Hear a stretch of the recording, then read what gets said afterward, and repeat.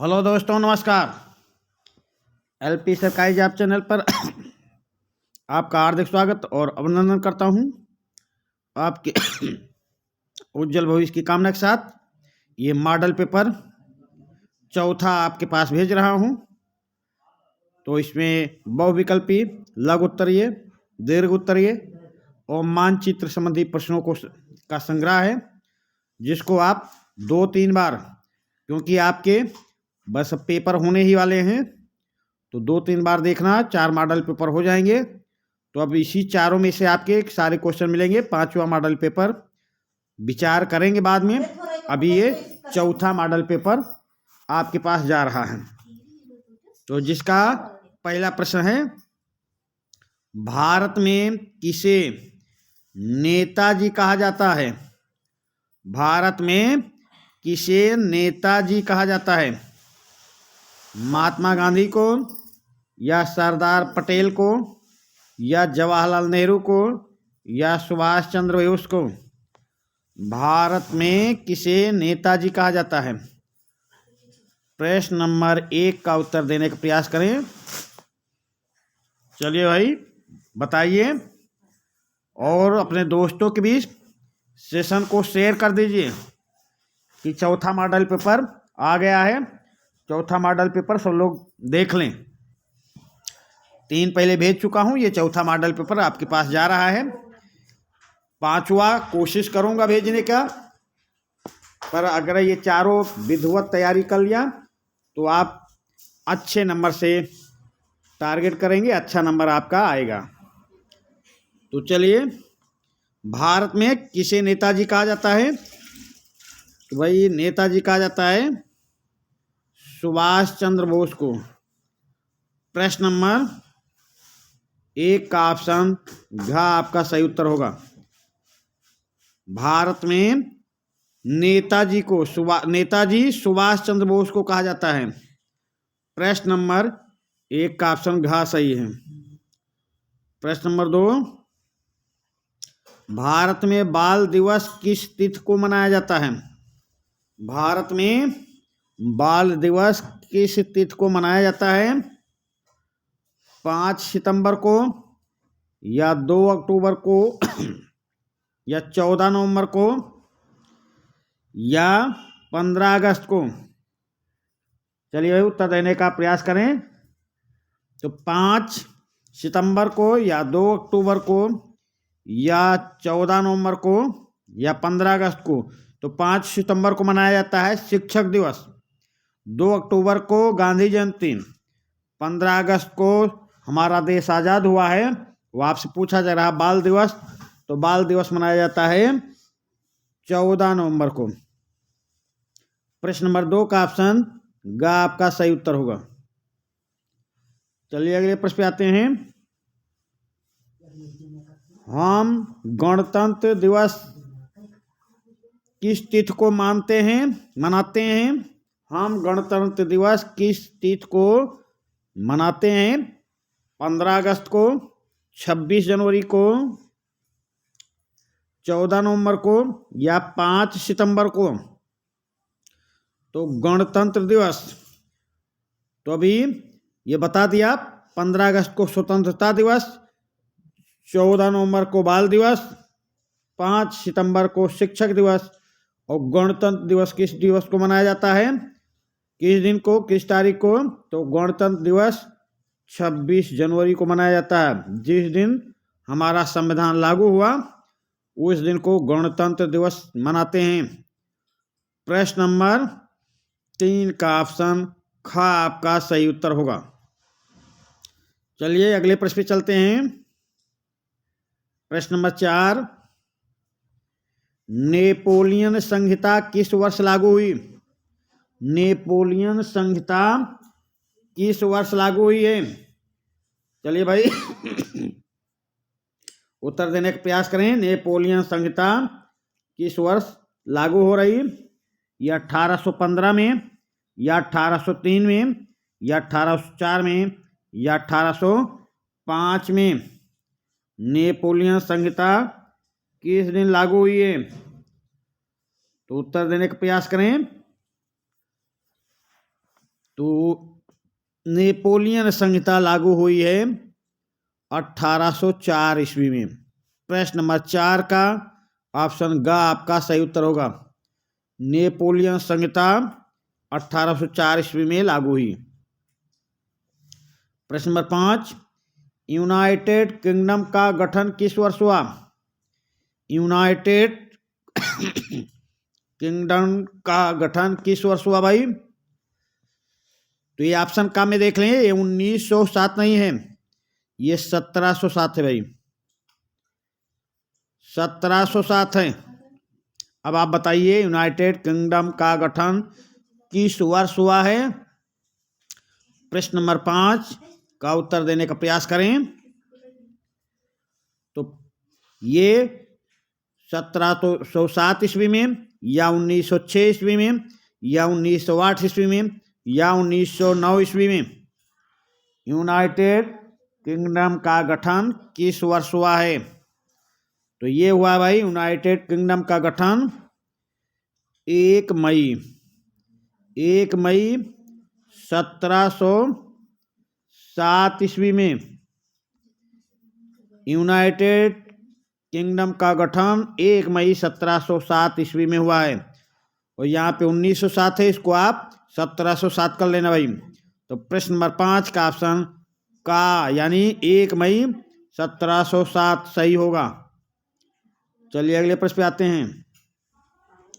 प्रश्न नंबर 6, सत्याग्रह का प्रयोग किसके द्वारा किया गया था?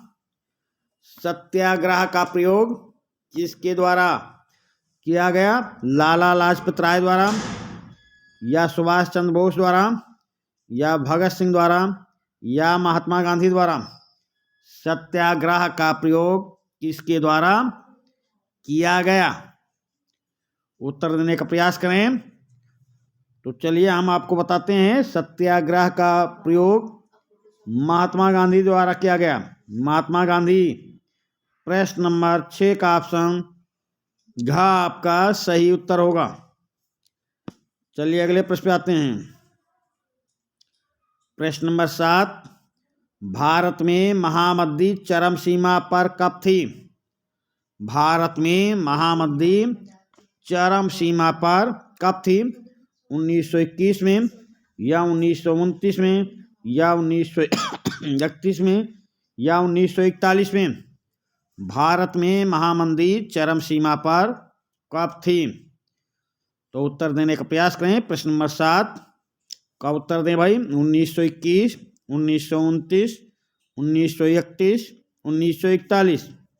तो भारत में महामंदी चरम सीमा पर 1929 में थी। प्रश्न नंबर 7 का ऑप्शन ख आपका सही उत्तर होगा। अगले प्रश्न पे आए। प्रश्न नंबर 8, फ्रांस की क्रांति के लिए उत्तरदायी कारण कौन सा है? फ्रांस की क्रांति के लिए उत्तरदायी कारण कौन सा है? राजा उदारवादी था, या राजा न्यायवादी था, या सेना दुर्बल थी, या शासक स्वेच्छाचारी और निरंकुश था? प्रश्न नंबर 8 का उत्तर देने का प्रयास करें। फ्रांस की क्रांति के लिए उत्तरदायी कारण कौन सा है? तो फ्रांस की क्रांति के लिए उत्तरदायी कारण आपको बताना है। राजा उदारवादी था, अगर उदारवादी होता तो क्रांति ही नहीं होती, ये गलत है। राजा न्यायवादी था, यदि न्यायवादी होता तो क्रांति नहीं होती। सेना दुर्बल थी, नहीं सेना दुर्बल नहीं थी, बल्कि शासक स्वेच्छाचारी और निरंकुश थे। शासक स्वेच्छाचारी और निरंकुश थे। तो प्रश्न नंबर 8 का यही ऑप्शन घ आपका सही उत्तर होगा। अगले प्रश्न पे आ जाएं। चलिए भाई, प्रश्न नंबर 9, 2019 में राज्य का विभाजन किया गया। 2019 में किस राज्य का विभाजन किया गया, ये आपसे पूछा जा रहा। जम्मू का विभाजन किया गया, या कश्मीर का किया गया, या लद्दाख का किया गया, या जम्मू कश्मीर का किया गया? 2019 में किस राज्य का विभाजन किया गया? ये आपका प्रश्न है, तो उत्तर देने का प्रयास करें भाई। प्रश्न नंबर 9, 2019 में किस राज्य का विभाजन किया गया है?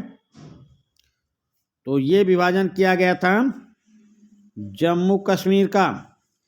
जम्मू कश्मीर को तोड़कर 2 संघ शासित क्षेत्रों में बांट दिया गया। जम्मू कश्मीर को तोड़ दिया गया और 2 संघ शासित क्षेत्र बना दिए गए, जम्मू कश्मीर और लद्दाख। तो प्रश्न नंबर 2019 में किस राज्य का विभाजन किया जा रहा है? प्रश्न नंबर 9, 2019 में किस राज्य का विभाजन किया गया? जम्मू कश्मीर का। प्रश्न नंबर 9 का ऑप्शन घ आपका सही उत्तर होगा। चलिए अगले प्रश्न पे आते हैं। संविधान की 8वीं सूची में कितनी भाषाओं का समावेश है? संविधान की 8वीं सूची में कितनी भाषाओं का समावेश है? 21 भाषाएं हैं या 22 भाषाएं या 20 भाषाएं या 24 भाषाएं? संविधान की 8वीं सूची में कितनी भाषाओं का समावेश किया गया है? प्रश्न नंबर 10 का उत्तर देने का प्रयास करें। तो संविधान की 8वीं सूची में भाई 22 भाषाओं का उल्लेख है, 22 भाषाओं का समावेश किया गया है। प्रश्न नंबर 10 का ऑप्शन ख आपका सही उत्तर होगा। चलिए अगले प्रश्न पे आते हैं। कौन ग्रीन ऊर्जा है? कौन ग्रीन ऊर्जा है?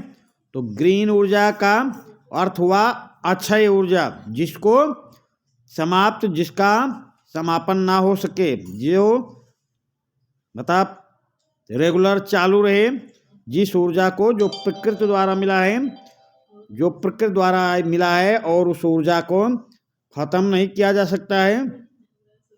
हम यूज करते रहेंगे और वो हमको प्राप्त होती रहेगी। ऐसी ऊर्जा को ग्रीन ऊर्जा कहते हैं। अब ऑप्शन पे चलते हैं। ये कोयला को कहा जाता है या खनिज तेल को या पवन ऊर्जा को या ताप विद्युत को? तो कौन ग्रीन ऊर्जा है? तो ग्रीन ऊर्जा भाई है पवन ऊर्जा को कहते हैं ग्रीन ऊर्जा। ये पवन ऊर्जा ही ग्रीन ऊर्जा है। पवन को हम कितना भी इस्तेमाल करें पर हमें भविष्य में भी मिलता ही रहेगा। तो प्रश्न नंबर 11, कौन ग्रीन ऊर्जा है? ये पवन ऊर्जा है। प्रश्न नंबर 11 का ऑप्शन ग आपका सही उत्तर होगा। अगले प्रश्न पे आ जाएं। भारत में वायु परिवहन का राष्ट्रीयकरण निम्न में से किस वर्ष किया गया? भारत में वायु परिवहन का राष्ट्रीयकरण निम्न में से किस वर्ष किया गया? 1950 में किया गया या 1953 में या 1960 में या 1988 में? प्रश्न नंबर 12 का उत्तर देने का प्रयास करें। भारत में वायु परिवहन का राष्ट्रीयकरण निम्न में से किस वर्ष किया गया? तो भारत में वायु परिवहन का राष्ट्रीयकरण 1953 में किया गया भाई, 1953 में। प्रश्न नंबर 12 का ऑप्शन ख आपका सही उत्तर होगा। अगले प्रश्न पे आ जाएं। भारत के प्रमुख निर्यात की मद कौन सी है? भारत के प्रमुख निर्यात की मद कौन सी है? चावल है या गेहूं या चाय या जूट? भारत के निर्यात की प्रमुख मद कौन सी है, ये आपको बताना है। प्रश्न नंबर 13 को उत्तर देने का प्रयास करें भाई। तो इसमें आपको चारों ऑप्शन लग रहा होगा कि चारों वस्तुएं निर्यात की जाती हैं, पर प्रमुख निर्यात की मद पूछा जा रहा। तो प्रमुख निर्यात की मद है भाई चाय। प्रश्न नंबर 13 का ऑप्शन ग आपका सही उत्तर होगा। भारत के निर्यात की प्रमुख मद है चाय। चलिए अगले प्रश्न पे आ जाएं।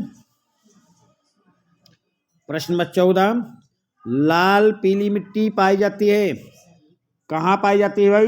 लाल पीली मिट्टी दक्कन के पठार पर, या मालवा प्रदेश में, या ब्रह्मपुत्र घाटी में, या थार के मरुस्थल में।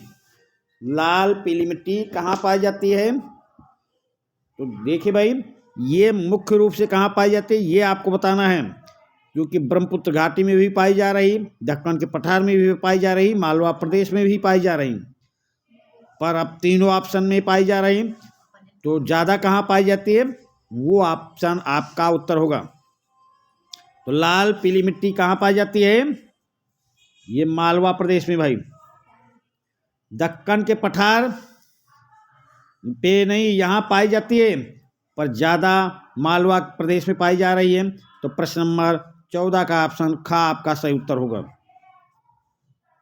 दक्षिण भारत में सिंचाई का मुख्य साधन क्या है? दक्षिण भारत में सिंचाई का मुख्य साधन तालाब है, कुआं है, नहरें हैं, या नलकूप हैं। दक्षिण भारत में सिंचाई का मुख्य साधन क्या है भाई? उत्तर देने का प्रयास करें। दक्षिण भारत में सिंचाई का मुख्य साधन तालाब, कुएं, नहरें, नलकूप। तो दक्षिण भारत में सिंचाई का मुख्य साधन है तालाब भाई।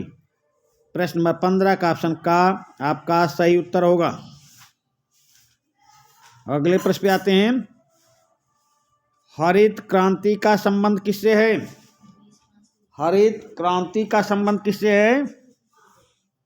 वनों से है, पशुओं से है, जलाशयों से है, या कृषि से है? हरित क्रांति का संबंध किससे है? प्रश्न नंबर 16 का उत्तर देने का प्रयास करें। और साथ में आपको बता दे रहे हैं, ये चौथा मॉडल पेपर आपके पास जा रहा, कोशिश रहेगी 5वां मॉडल पेपर भी आपके भेज भेजूं। यदि नहीं भेज पाया तो अभी आपकी परीक्षा तक मैं 3-4 सेशन बहुविकल्पी ऐसा भेजूंगा, वो आपको मानचित्र में भी काम देगा और बहुविकल्पी में भी।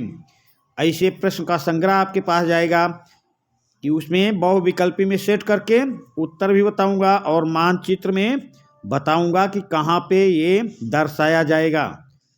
तो ये मॉडल पेपर के बाद अब मानचित्र और बहुविकल्पी प्रश्न आपके पास जाएंगे। तो चलिए बताइए, हरित क्रांति का संबंध किससे है? तो हरित क्रांति का संबंध भाई कृषि से है भाई। प्रश्न नंबर 16 का ऑप्शन घ आपका सही उत्तर होगा। अगले प्रश्न पे आ जाएं।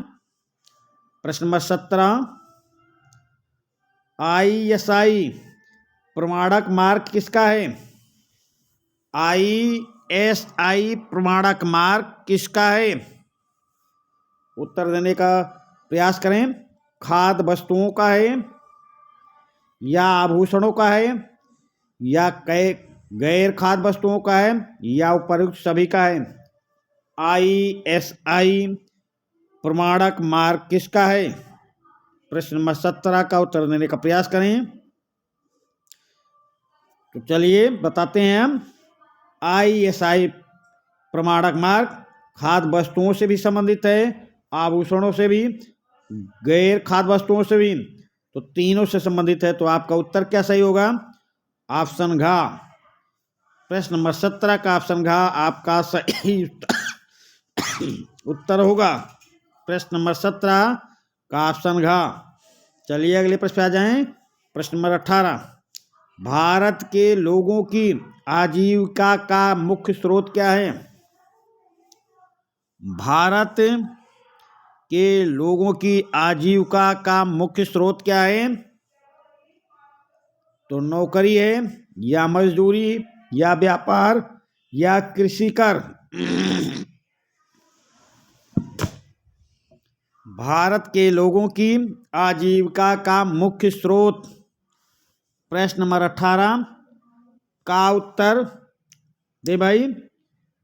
आजीविका का प्रमुख स्रोत बताना है आपको। प्रश्न नंबर 18,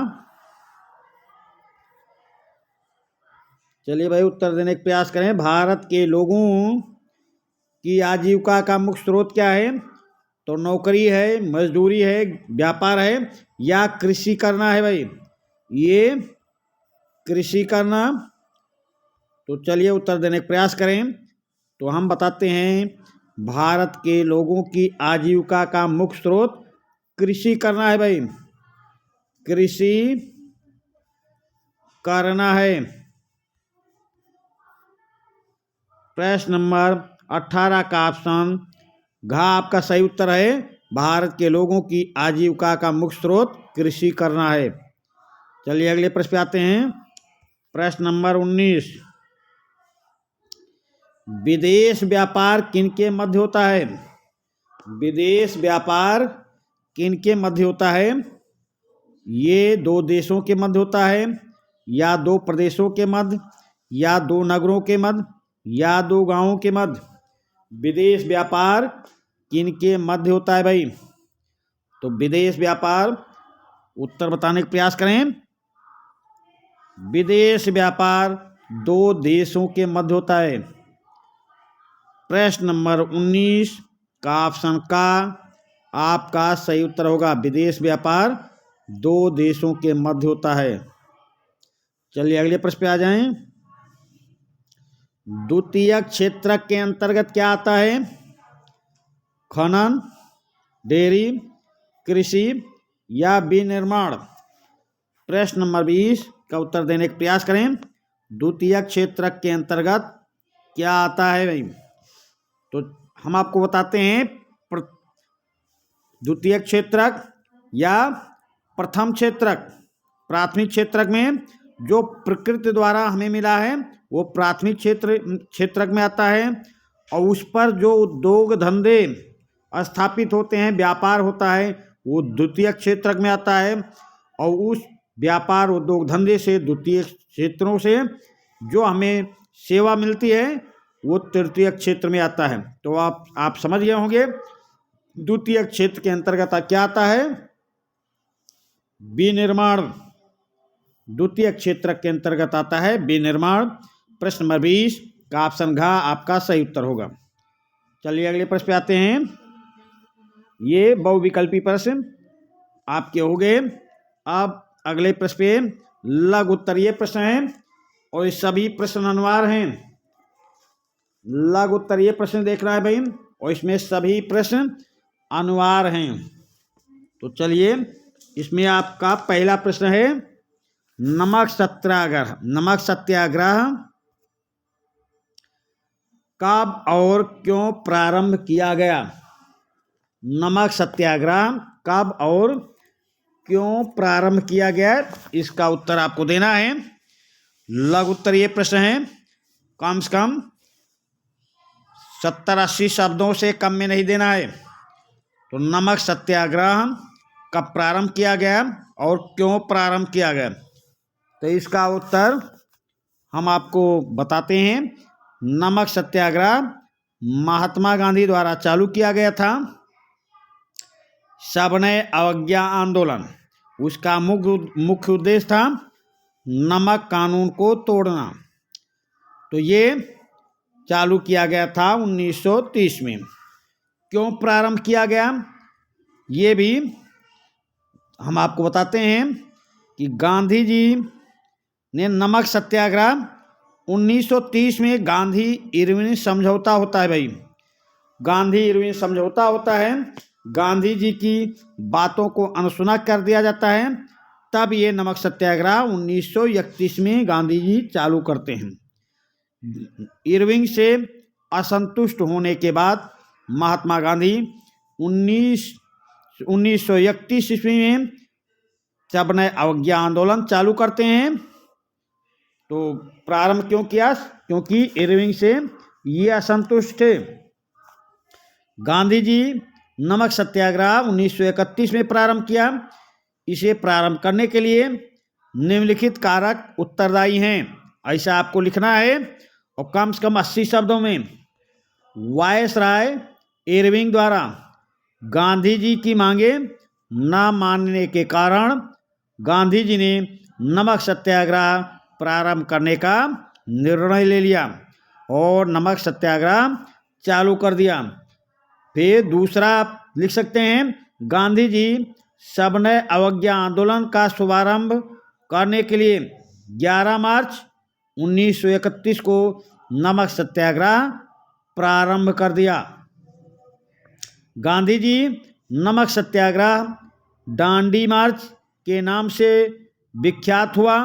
गांधी जी ने नमक सत्याग्रह करने के लिए निर्णय इसलिए लिया कि नमक प्रत्येक गरीब अमीर के भोजन का अनिवार्य अंग है।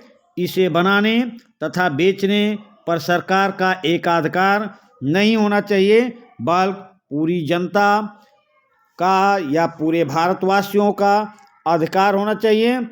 तो इरविंग से असंतुष्ट होने के बाद महात्मा गांधी ने 1931 में नमक सत्याग्रह चालू किया, जिसे हम दांडी यात्रा के नाम से भी जानते हैं। तो चलिए, नमक सत्याग्रह कब? 1931 में। और क्यों? क्योंकि इरविंग से ये असंतुष्ट थे, महात्मा गांधी की बातें इरविंग ने नहीं मानी, इसलिए नमक सत्याग्रह आंदोलन प्रारंभ किया गया।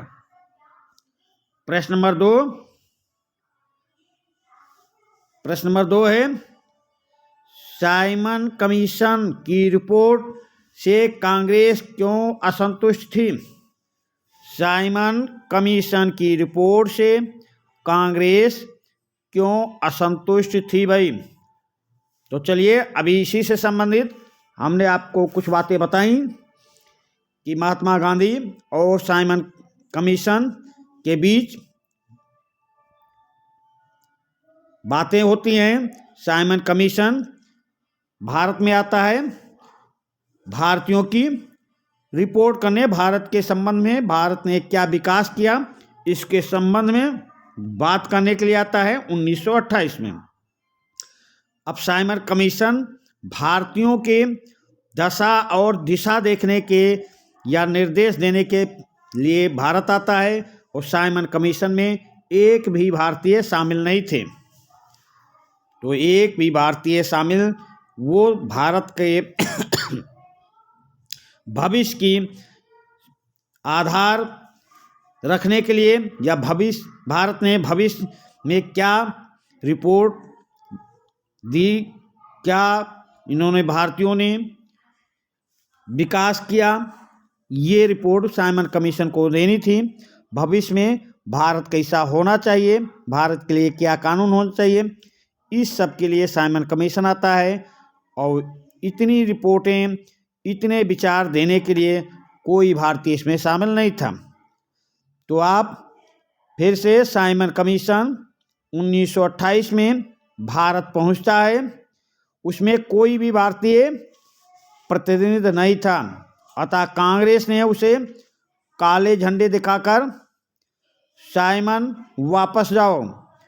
उसने 1930 में जो अपना प्रतिवेदन प्रस्तुत किया, उसमें प्रांतों में उत्तरदायी सरकार की स्थापना, द्वैध शासन की समाप्ति, संघीय शासन की स्थापना, मताधिकार तथा केंद्रीय व्यवस्थापिका के पुनर्गठन की सिफारिशें की गई। कांग्रेस ने साइमन कमीशन की रिपोर्ट को नकार दिया। उसने 1929 में अपने लाहौर अधिवेशन में पूर्ण स्वराज की मांग की नीति का उद्घोष किया, और साइमन कमीशन के साइमन वापस जाओ के आंदोलन के नारे लग रहे थे। इसका नेतृत्व कर रहे थे लाला लाजपत राय, जिनके ऊपर लाहौर में लाठियां चली और लाला लाजपत राय की मृत्यु हो गई। तो साइमन कमीशन की रिपोर्ट भारतीयों को रास नहीं आई। भारतीय, जिसमें भारतीयों का नेतृत्व कर रहे थे कांग्रेसी असंतुष्ट थे। तो चलिए, अब हम अगले प्रश्न पे आते हैं। प्रश्न नंबर तीन,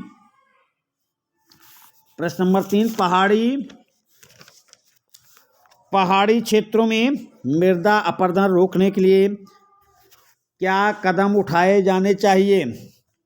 प्रश्न नंबर 3, पहाड़ी क्षेत्रों में मृदा अपरदन रोकने के लिए क्या कदम उठाए जाने चाहिए। तो चलिए इस प्रश्न का उत्तर हम आपको बताते हैं भाई।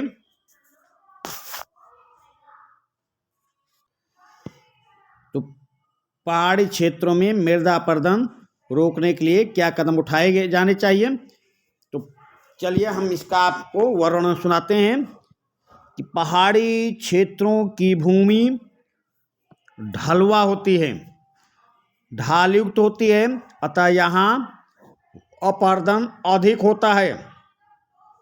इन क्षेत्रों के अपरदन को रोकने हेतु निम्नलिखित उपाय किया जाना चाहिए।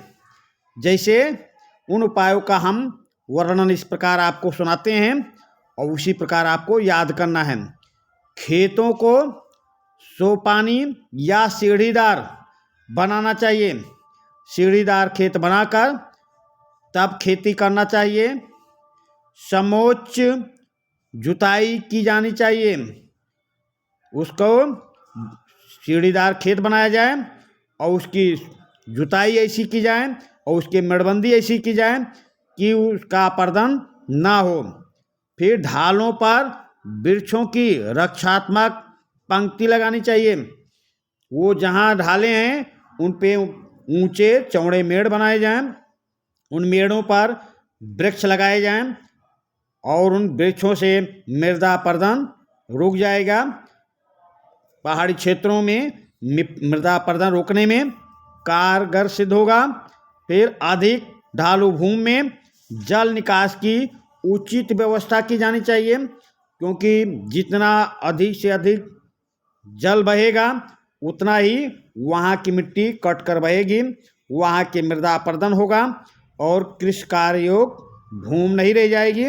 तो पहाड़ी क्षेत्रों में आपको सीढ़ीदार खेत, ऊंची मेड़बंदी, मेड़ों पर पेड़ और जल निकास की समुचित व्यवस्था करने से ही मृदा अपरदन का रुकेगा, मृदा अपरदन नहीं होगा।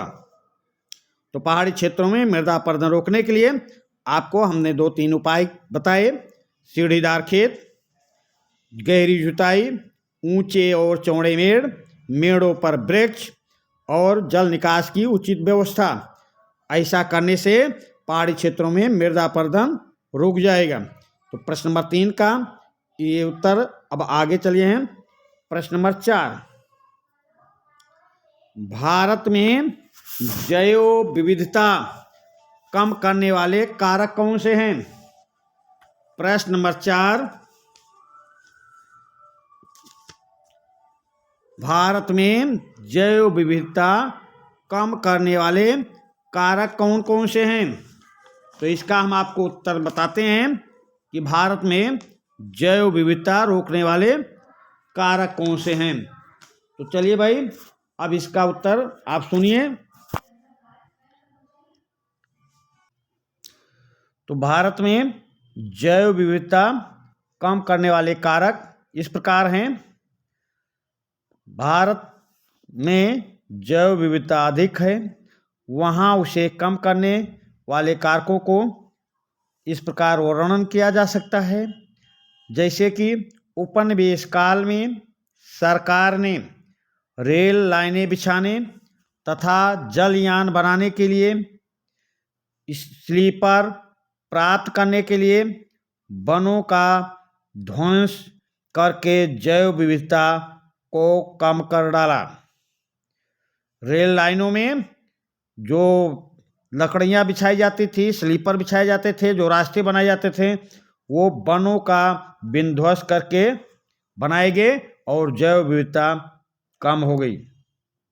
दूसरा देख लें, वर्तमान समय में बढ़ती जनसंख्या को भोजन, मकान तथा रोजगार देने के लिए, भूमि प्राप्त करने के लिए वृक्षों को काटकर तथा पशु आवास उजाड़कर जैव विविधता को कम किया जा रहा है।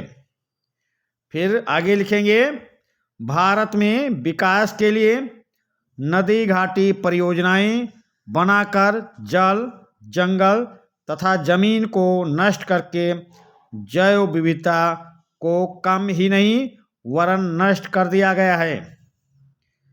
आगे लिखेंगे, भारत में वनों में प्रति वर्ष भीषण आग लगती है जिससे लाखों एकड़ वन नष्ट हो जाते हैं, जिससे वनस्पत जात के साथ साथ वन्य जीवों का भी भारी विनाश हो जाता है।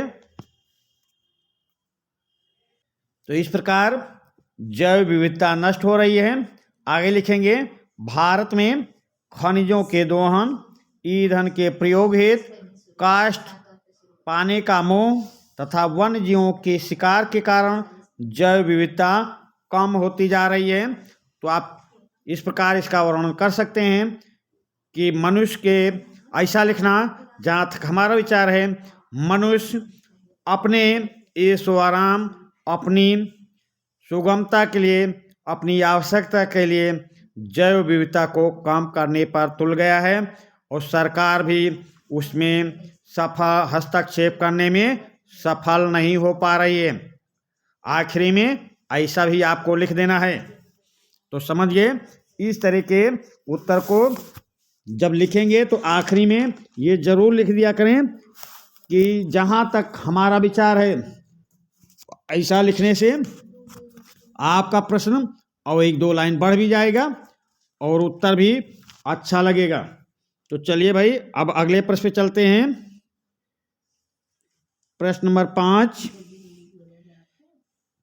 देश के आर्थिक विकास में ऊर्जा के महत्व का विश्लेषण कीजिए। देश के आर्थिक विकास में ऊर्जा के महत्व का विश्लेषण। तो चलिए भाई, अब हम इसका उत्तर आपको बताते हैं कि देश के आर्थिक विकास में ऊर्जा का क्या महत्व है। तो चलिए उत्तर सुनिए। देश के आर्थिक विकास में ऊर्जा का बहुत ही योगदान है। ऊर्जा कृषि, उद्योग, परिवहन, संचार आदि को संचालित करके राष्ट्र के विकास का गतिमान बनाती रहती है तथा ये राष्ट्र के आर्थिक विकास में महत्वपूर्ण भूमिका निभाती है। जैसे कि ऊर्जा के साधन के द्वारा ट्रैक्टर, ट्यूबवेल तथा अन्य उपकरणों को चालक शक्ति उपलब्ध कराकर कृषिकार एवं विकास में सहायक बनते हैं। फिर दूसरा लिखेंगे, जल विद्युत, कोयला और खनिज तेल उद्योग धंधों की स्थापना में सहयोग देकर राष्ट्र की अर्थव्यवस्था को एक सुदृढ़ आधार प्रदान करते हैं। फिर तीसरा लिखेंगे, कोयला जलयानों एवं रेलों के संचालन में बड़ी महत्वपूर्ण भूमिका निभाता है। फिर चौथा नंबर डालेंगे, खनिज तेल ट्रकों, बसों, कारों, स्कूटरों एवं वायुयानों को चालक शक्ति प्रदान करके आर्थिक विकास का मार्ग प्रशस्त करता है। फिर 5वां नंबर डालेंगे, ऊर्जा के साधनों को यदि गायब कर दिया जाए तो उनके अभाव में देश की समस्त आर्थिक क्रियाएं बाधित हो जाएंगी। इतना लिखने के बाद फिर आगे लिखना है आपको, जहां तक हमारा विचार है, आज के इस युग में ऊर्जा ही आर्थिक विकास और राष्ट्र के उन्नयन का केंद्र है। ऊर्जा के अभाव में किसी भी देश का राष्ट्रीय विकास या उस देश का विकास या वहाँ की जनता का विकास असंभव हो जाएगा। ऐसा आखिरी में जरूर लिख देना है आपको। तो देश के आर्थिक विकास में ऊर्जा के महत्व का विश्लेषण बताया आपको, और आखिरी में क्या लिखना है वो भी हमने आपको बताया। फिर अगले प्रश्न पे आ जाएं। अगला प्रश्न है प्रश्न नंबर 6। प्रश्न नंबर 6 क्या है? डिजिटल इंडिया पर टिप्पणी लिखिए। डिजिटल इंडिया पर टिप्पणी लिखिए। तो आज पूरा विश्व डिजिटल की तरफ दौड़ में है। पूरे विश्व में कोई भी काम डिजिटल हो रहा है और आज हमारा इंडिया भी इससे अछूता नहीं है। आज हमारा इंडिया इसी के दम पर आगे बढ़ रहा है, अपना विकास कर रहा है। डिजिटल इंडिया भारत सरकार का वह महत्वाकांक्षी योजना है जो जनता को सरकार के सभी विभागों से जोड़ने के लिए तैयार की गई है। डिजिटल इंडिया कागज़ का उपयोग किए बिना ही सरकारी सेवाओं और योजनाओं को इलेक्ट्रॉनिक रूप में जनता तक सुनिश्चित ढंग से पहुंचा देती है। इसका मुख्य उद्देश्य ग्रामीण क्षेत्रों की जनता को हाई स्पीड इंटरनेट सेवाओं से जोड़कर उसे सूचनाएं पहुंचाना है। इसके माध्यम से सभी काम ऑनलाइन करने की व्यवस्था विकसित होगी, जिससे समय और कागज़ में भारी बचत होगी और हमारा भारत देश विश्व में आगे बढ़कर विकासशील की अवस्था से निकलकर विकसित देश की अवस्था में पहुंच जाएगा। तो इस प्रकार आप डिजिटल इंडिया के बारे में लिखेंगे और आखिरी में आपको लिखना है कि आज विश्व ही, भारत ही नहीं, विश्व ही डिजिटल की तरफ दौड़ में शामिल हो गया है और भारत उसमें छलांग लगा रहा है। इस प्रकार आप जहाँ तक मेरा विचार है ऐसा करके लिखना है। अब आगे आते हैं दीर्घ उत्तरीय प्रश्न पे भाई। दीर्घ उत्तरीय प्रश्न पे इसमें सभी प्रश्न अनिवार्य हैं। दीर्घ उत्तरीय में सभी प्रश्न अनिवार्य हैं और कम से कम 150 शब्दों में करना है भाई। दीर्घ उत्तरीय प्रश्न सभी अनिवार्य हैं और 150 शब्दों में करना है। दीर्घ उत्तरीय प्रश्न सभी अनिवार्य प्रश्न हैं, कम से कम 150 शब्दों में इसका उत्तर आपको देना है। 150 शब्द मतलब 3 पेज, 3 पेज में देना है भाई, समझ गए। तो चलिए अब प्रश्न पे आते हैं। प्रश्न नंबर 1, प्रश्न नंबर 1 देख लेते हैं।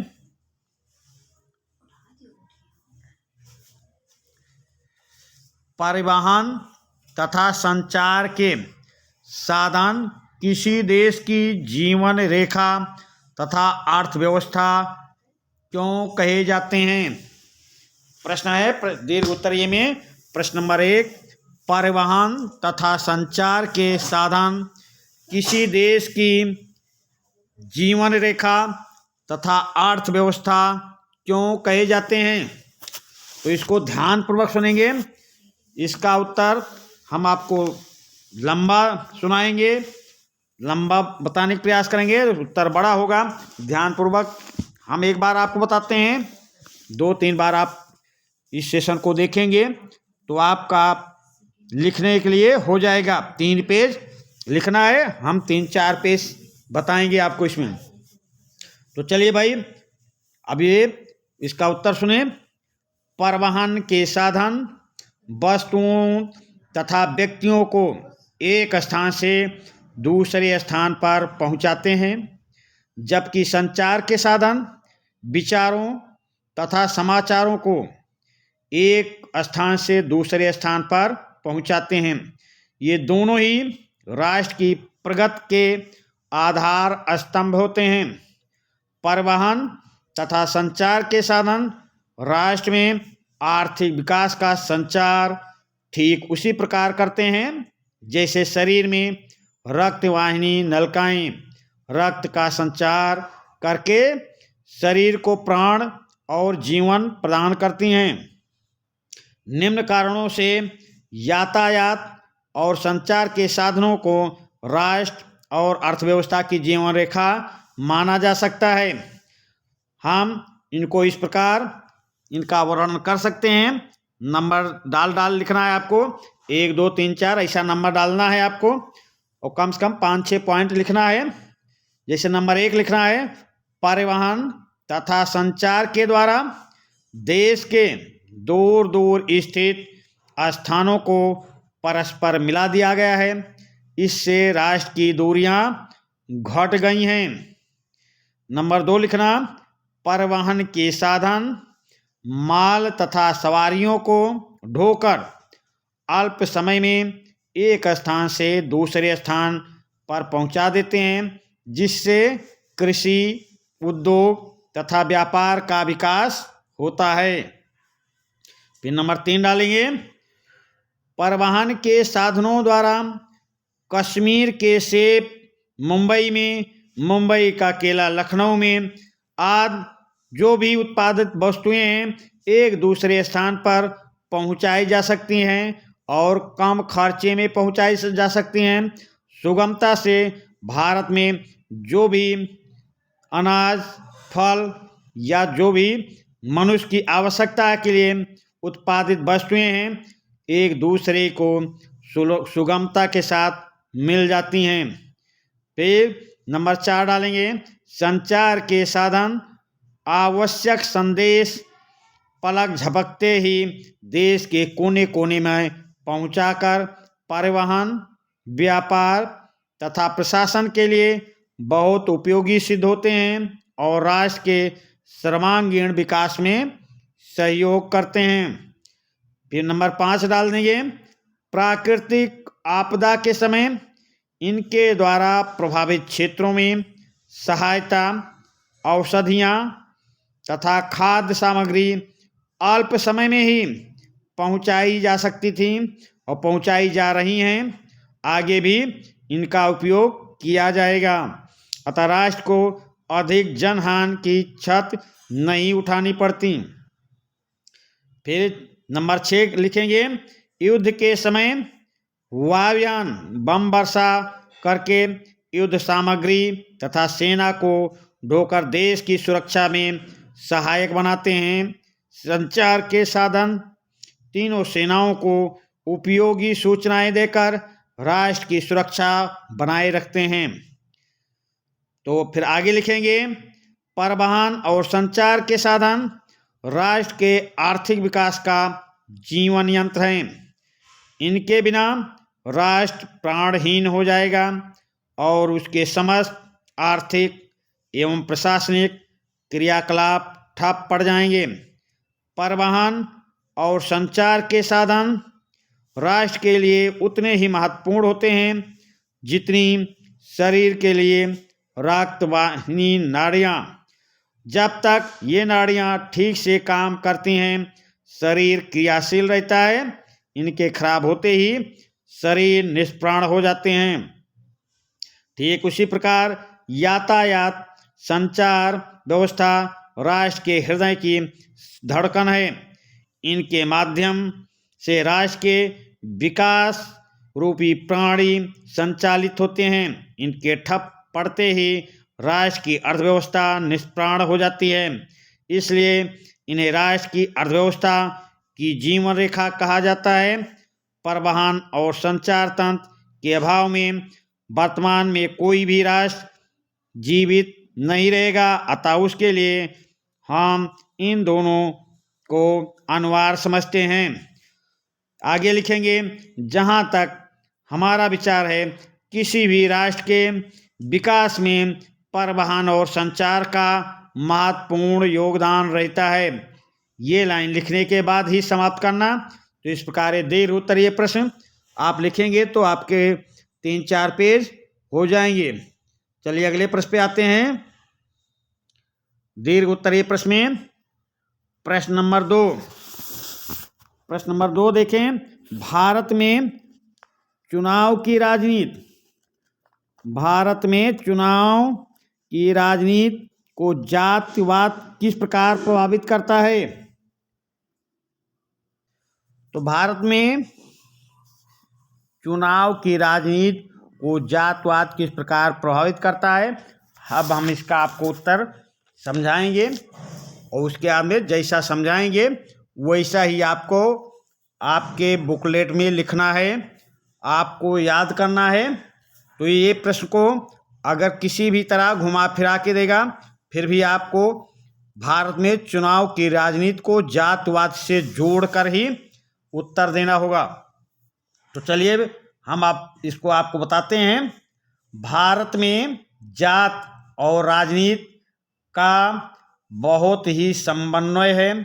सांप्रदायिकता की तरह जातिवाद भी इस मान्यता पर टिका है कि जात ही सामाजिक समुदाय के गठन का एकमात्र आधार है। इसी विचारधारा के कारण एक जात के सदस्य एक स्वाभाविक सामाजिक समुदाय का निर्माण करते हैं। उनके एक जैसे हित दूसरी जात के हितों से अलग होते हैं। जात हमारे सामाजिक जीवन का आवश्यक अंग तो है परंतु सर्वाधिक महत्वपूर्ण अंग नहीं। राजनीति जात में अनेक रूप धारण कर सकती है जिसको नंबर डाल के आपको लिखना रहेगा। नंबर 1 जैसे लिखेंगे, चुनाव लड़ने वाले राजनीतिक दल चुनाव के लिए उन्हीं प्रत्याशियों को एक क्षेत्र विशेष में उतारते हैं जहां उनकी जात के लोगों का वोट बैंक होता है। जहां उनकी जात के लोग अधिक मात्रा में होते हैं वही वोट बैंक उनकी चुनावी नैया पार लगाकर विजयश्री दिलवाता है। तो इस प्रकार कोई भी प्रत्याशी कोई भी राजनीतिक दल अपने प्रत्याशी को जात विशेष देखकर तब उसको टिकट देता है। फिर दूसरा लिखेंगे, सरकार का गठन करते समय भी सत्तारूढ़ दल जातियों और कबीलों को पूरा प्रतिनिधित्व देने के प्रयास करते हैं जिससे जातीय समीकरण ठीक ठाक बना रहे। वो अपने मंत्रिमंडल का विस्तार इस प्रकार करते हैं कि हमें अगले आगामी चुनाव में जाना है तो हर जाति का प्रतिनिधित्व मंत्रिमंडल में हो और हम उस आधार पर अगले चुनाव की तैयारी पहले से ही करने लगते हैं। राजनीतिक दल और चुनाव लड़ने वाले प्रत्याशी जातिगत भावनाएं भड़काकर जातियों की मदद से चुनाव जीतने का प्रयास करते हैं क्योंकि जातियां ही उनकी सहायक बनती हैं। जात के आधार पर चुनाव प्रचार करते हैं और वो जात के आधार पर एक दूसरे के मरने और मारने पर उतर आते हैं और जात को ही लेकर वो देश का अच्छा बुरा नहीं सोच पाते, प्रत्याशी का अच्छा बुरा नहीं सोच पाते, योग्य प्रत्याशी चुन नहीं पाते और जात के आधार पर वोट करके चले आते हैं। फिर चौथा लिखेंगे, सार्वभौम वयस्क मताधिकार और एक वोट की व्यवस्था ने राजनीतिक दलों को चुनाव जीतने के लिए जात को एकजुट करने के लिए विवश कर दिया है। वह उन्हें सक्रिय बनाकर तथा उनमें जातिगत भाव जगाकर अपना उल्लू सीधा कर लेते हैं। अतः कभी कभी लगता है कि चुनाव जातियों का खेल मात्र है परंतु ये सत्य नहीं, क्योंकि देश के किसी भी एक संसदीय चुनाव क्षेत्र में किसी एक जात के लोगों का बहुमत नहीं है। अतः प्रत्येक चुनाव लड़ने वाले प्रत्याशी को एक जात के भरोसे रहना नहीं पड़ता, उसे अन्य मतदाताओं का विश्वास भी प्राप्त करना होता है। कोई भी राजनीतिक दल ऐसा नहीं है जो एक ही जात के 100% मत प्राप्त कर सके। जब किसी जात विशेष को वोट बैंक कहा जाता है तब उसका आशय उस जात के अधिकांश लोगों द्वारा एक विशेष दल को मत देने से लगाया जाता है। यदि एक चुनाव क्षेत्र में एक ही जात के मतदाताओं का बाहुल्य होता है तब भी सभी दल उसी जात के प्रत्याशी उतारकर मतों का बंटवारा कर लेते हैं। ऐसे में भी वही प्रत्याशी विजयी होता है जो अन्य मतदाताओं से मत प्राप्त करने में भी सफल हो जाता है।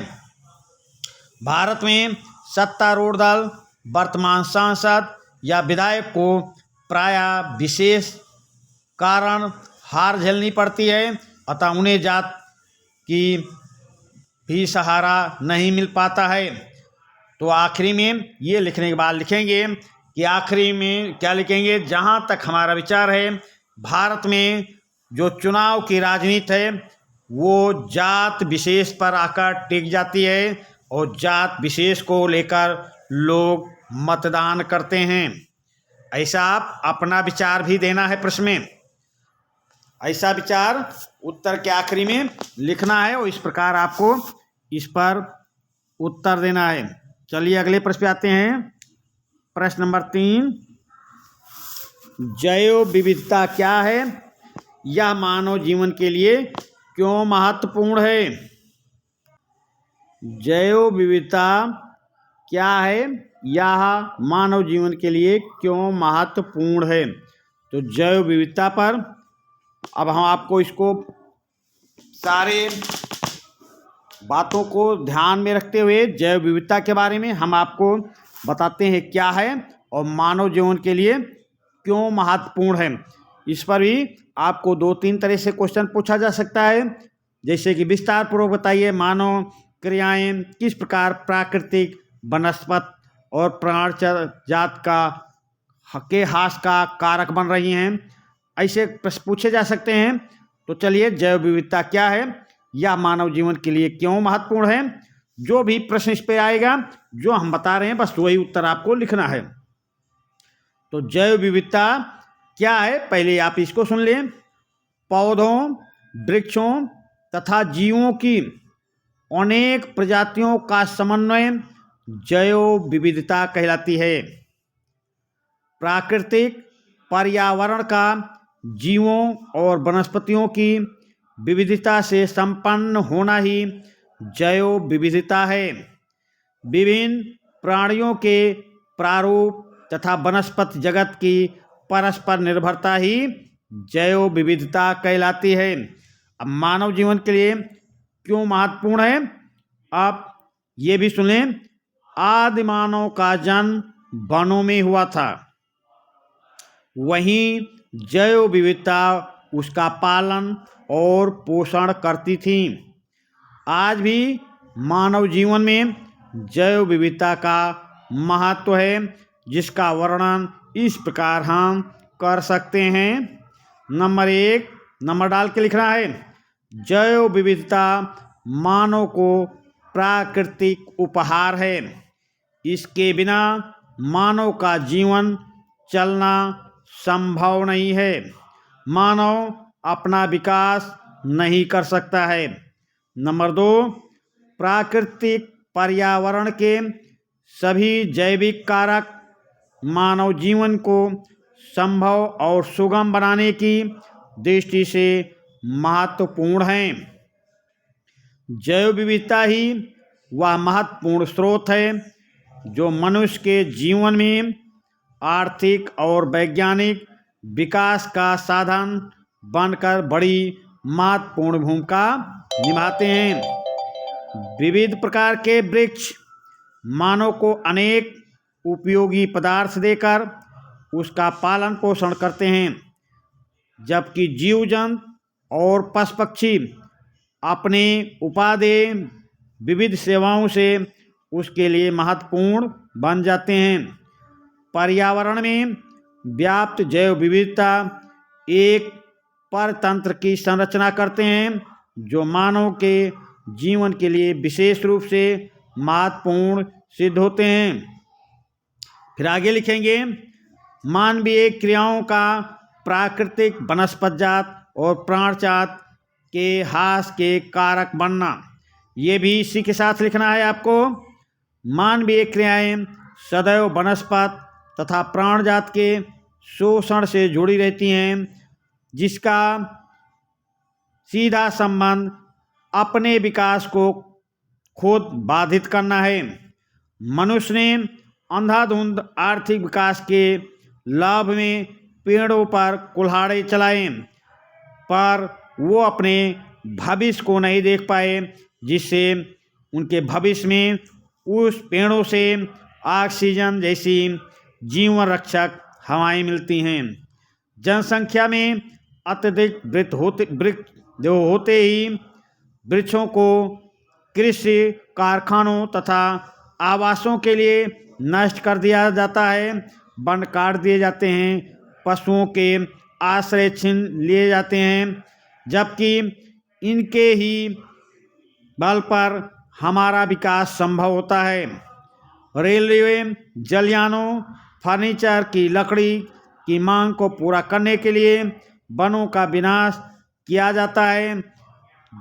मनुष्य, मानव या सरकार ये नहीं सोच पाती कि इसके विनाश से हमारा आगे का विकास रुकेगा, हमारी आने वाली पीढ़ी के लिए ये कष्टमय होगा। तो जैव विविधता का मानव जीवन पर इस प्रकार वर्णन करेंगे। अब आखिरी में लिखेंगे, जैव विविधता के द्वारा ही मानव अपना सर्वांगीण विकास कर सकता है और अपने आने वाली पीढ़ी को सुरक्षित रख सकता है और उसके विकास में योगदान दे सकता है। हर प्रश्न में जरूर अपनी बात कुछ ना कुछ आपको रख देना है, जिससे ये पता चले कि आप भी इस प्रश्न को समझे हैं और इसका उत्तर देने का प्रयास किए हैं। तो चलिए अब अगले प्रश्न पे आते हैं। प्रश्न नंबर 4,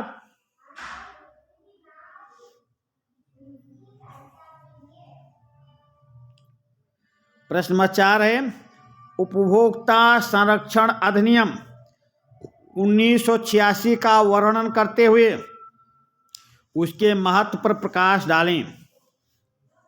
उपभोक्ता संरक्षण अधिनियम 1986 का वर्णन करते हुए उसके महत्व पर प्रकाश डालें। तो चलिए अब उपभोक्ता संरक्षण अधिनियम 1986 के बारे में आपको बताते हैं और उसके महत्व के बारे में बताते हैं। ध्यान पूर्वक सुनना है। ये कम से कम 150 शब्दों में यानी 3 पेज में लिखने हैं। तो जितना बोल रहा हूँ उतना आपको याद करना है। 1 बार, 2 बार, 3 बार सेशन को देखेंगे, आपको याद हो जाएगा। तो चलिए भाई, दीर्घ उत्तरीय प्रश्न का चौथा प्रश्न, उपभोक्ता संरक्षण अधिनियम 1986 का वर्णन करते हैं और उसके महत्व पर प्रकाश डालते हैं। भारत सरकार ने 1986 में उपभोक्ता संरक्षण अधिनियम निम्नलिखित कारणों से पारित किया था। व्यवसायियों, नंबर डाल के लिखेंगे।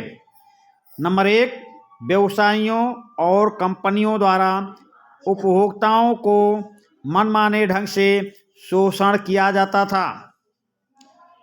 फिर नंबर 2, उपभोक्ता के साथ निम्नवत गुणवत्ता वाला नकली एवं मिलावटी सामान तथा सेवाओं को बेचकर धोखा देना तथा ठगी करना रहता था। उपभोक्ताओं को वस्तुओं और सेवाओं को कम मापतौल, घटतौल जिसे बोलते हैं, के साथ ऊंचे मूल्यों पर बेच कर ठगा जाता था। ये उपभोक्ताओं से बातें की जाती थी, माल नहीं है, शॉर्टेज है, आया नहीं, आयात नहीं हुआ, और इस नाम पर वस्तुओं से, व्यक्तियों से उन वस्तुओं का ज़्यादा मूल्य वसूल किया जाता था। उपभोक्ताओं की अज्ञानता, निरक्षरता तथा सूचनाओं के अभाव में उनका खुला शोषण किया जाता था। सरकार ने उपभोक्ताओं को शोषण से बचाने के लिए उनकी सुरक्षा ढाल के रूप में यह अधिनियम पारित किया, जिसका महत्व हम इस प्रकार व्यक्त कर सकते हैं। इस अधिनियम से उपभोक्ताओं को वस्तुओं और सेवाओं के क्रय विक्रय से सुरक्षा और संरक्षण पाने का अधिकार मिल गया। नंबर 2 लिखेंगे, सरकार ने 2005 में सूचना पाने का अधिकार देकर उपभोक्ता उपभोक्ताओं को वस्तुओं और वस्तु सेवाओं को गुणवत्ता और मात्र शुद्धता जानने का अधिकार दे दिया। नंबर 3 लिखेंगे, इस अधिनियम ने उपभोक्ताओं को बाजार में उचित वस्तु और सेवा चुनने का अधिकार दे दिया। ये 2005 के अधिनियम के द्वारा कोई भी नागरिक, कोई भी उपभोक्ता उसके बारे में जानकारी प्राप्त करने का अधिकारी हो गया। फिर नंबर 4 लिखेंगे, इस अधिकार के कारण उपभोक्ता अपने हितों का हनन होने पर क्षतिपूर्ति पाने का कानूनी अधिकार पा गया।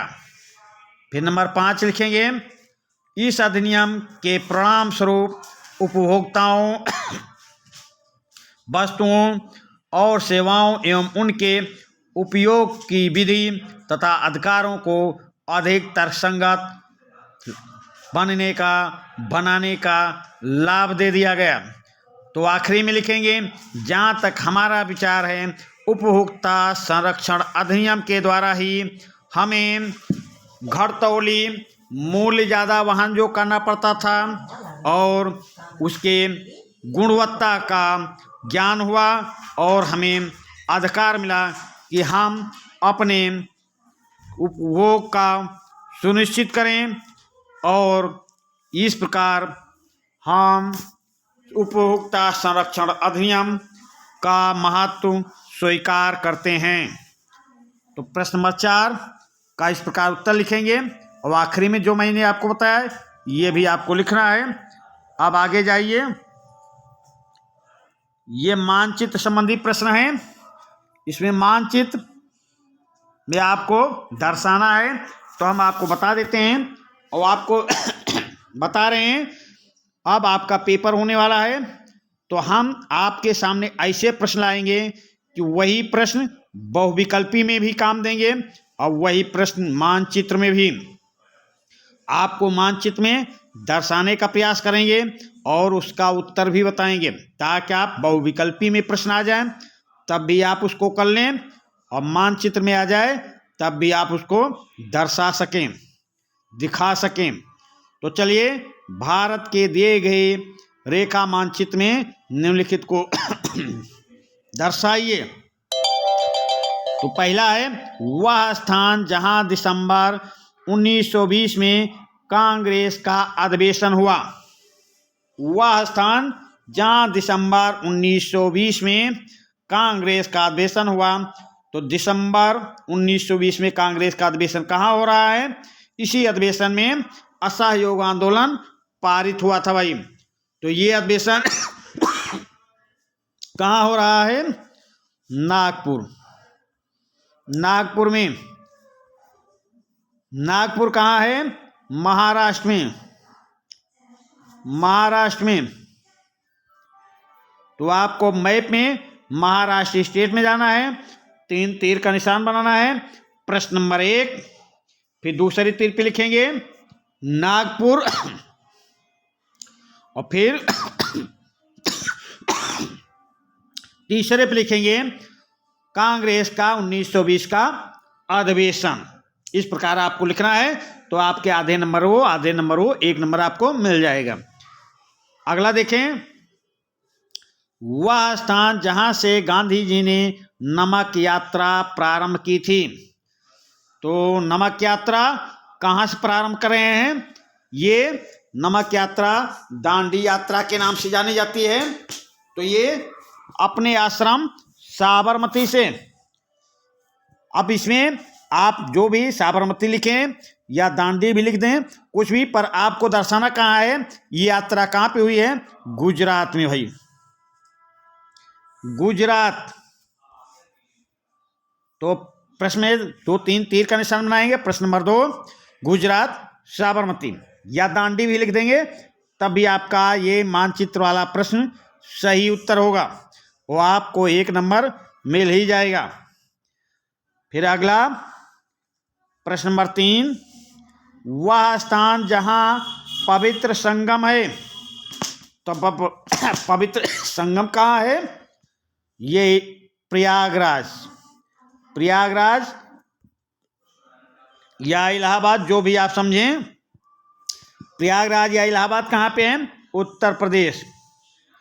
तो मैप में उत्तर प्रदेश में आना है और उत्तर प्रदेश में 3 तीर का निशान बनाना है और एक पे लिखना है प्रश्न नंबर 3, दूसरे पे लिखना है प्रयागराज और तीसरे पे लिख देना उत्तर प्रदेश, या तीसरे पे लिख देना पवित्र संगम।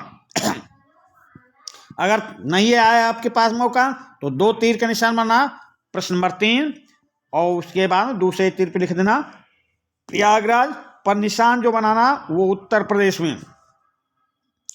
चलिए अगले प्रश्न पे आते हैं। वह स्थान जहां भारत का सर्वोच्च न्यायालय है, तो भारत का सर्वोच्च न्यायालय कहाँ है? ये आपको पता होना चाहिए। तो सर्वोच्च न्यायालय कहाँ है? दिल्ली में। दिल्ली में। तो यहाँ पे दिल्ली ऑप्शन में कहाँ पे है? वहाँ जाएंगे, निशान बनाएंगे, 2 तीर का निशान बनाएंगे। प्रश्न नंबर 4 यहाँ लिखेंगे दिल्ली। ऐसा करने से आपका मानचित्र साफ सुथरा भरा जाएगा और देखने में भी अच्छा लगेगा और आपका उत्तर भी सही हो जाएगा। अगला प्रश्न, वह स्थान जहां गांधी जी की समाधि है, वह स्थान जहां गांधी जी की समाधि है, तो कहां पर है समाधि? दिल्ली में। दिल्ली में। तो ऑप्शन में दिल्ली में जाना है, दिल्ली में निशान बनाना है। प्रश्न नंबर 5 दूसरे तीर के निशान पे दिल्ली। समझिए, तो ये भी आपका उत्तर सही हो जाएगा। अब अगले प्रश्न, अगला देख लेते हैं। ये 2 खंड में है, तो दूसरा देखते हैं। भारत के दिए गए रेखा मानचित्र में उचित चिन्ह बनाकर निम्नलिखित को दर्शाइए। टेहरी बांध, ये आपका चिन्ह है, ऐसा बनाकर लिखना है। तो ये आप टेहरी बांध कहाँ है? उत्तराखंड में। उत्तराखंड में है। तो उत्तराखंड में जाना है, आपको ऐसा निशान बना देना है जैसा निशान वो मांगा है और यहाँ से 2 तीर का निशान बनाना है। पहले लिखना प्रश्न नंबर 1, फिर दूसरे लिखना उत्तराखंड। उत्तराखंड, तो ये आपका हो गया। फिर दूसरा है लूनी नदी, ये चिन्ह बनाकर नाम सहित लिखना है, नाम भी लिखना है। तो लूनी नदी कहाँ पे है? राजस्थान। लूनी नदी राजस्थान में है। तो अब मैप में राजस्थान पे जाएंगे। मैप में राजस्थान कहाँ है? वहाँ पे ऐसा आपको जैसा ये चिन्ह बनाया है ऐसा बना देना है, 2 तीर का निशान बनाना है। प्रश्न नंबर 2 और यहाँ लिखना लूनी नदी, या लूनी नदी लिखने के बाद ब्रैकेट में लिख देना राजस्थान, तो और अच्छा रहेगा। लूनी नदी आपको दर्शा के राजस्थान में, फिर वहाँ पे ऐसा दर्शा के 2 तीर का निशान बनाना, एक भी लिखना है। प्रश्न नंबर 2 यहाँ पे लिखना है लूनी नदी, ब्रैकेट में लिख देना राजस्थान। ठीक, ऐसा आपको उत्तर लिखना है। फिर आगे लिखेंगे उत्तर प्रदेश का वह नगर जो रेशमी साड़ी उद्योग का प्राप्त का केंद्र है। उत्तर प्रदेश का वह नगर जो रेशमी साड़ी उद्योग का प्राप्ति केंद्र है, तो ऐसा आपको निशान बनाना है। ये वो कहाँ पे है? उत्तर प्रदेश में। ये बनारस में है। तो उत्तर प्रदेश में ऐसा निशान लगाना, 2 तीर का निशान। प्रश्न नंबर 3 और यहाँ लिखना बनारस। बनारस, तो आपका ये लिख भी गया, आधा नंबर ये और आधा ये निशान का। उत्तर प्रदेश से पहले से ही बोल रहा, तो ऐसा गोला काला कर देना है, 2 तीर का निशान। प्रश्न नंबर 3, फिर दूसरे तीर पे बनारस। आगे चलें। वह स्थान जहां आनंद भवन है, चिन्ह लगाकर तथा लिख कर दर्शाएं।